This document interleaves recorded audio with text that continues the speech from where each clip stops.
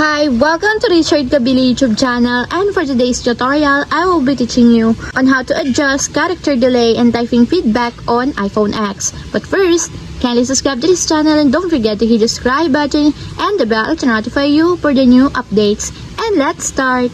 Using your iPhone X, from your home screen first, go to Settings. Then in the Settings, scroll down and find the Accessibility and then tap. Then in the Accessibility, go to Vision section and then tap the Spoken Content. Then in this part ng Spoken Content, scroll down and then find and tap the Typing Feedback. Then in this part in the Typing Feedback, go to Character Feedback Delay section, and as you will see that there is an Adjust button to adjust the feedback delay of your typing feedback. If you want to increase the feedback delay for seconds, just tap the positive sign located in this part and tap it to adjust or increase the feedback delay per seconds.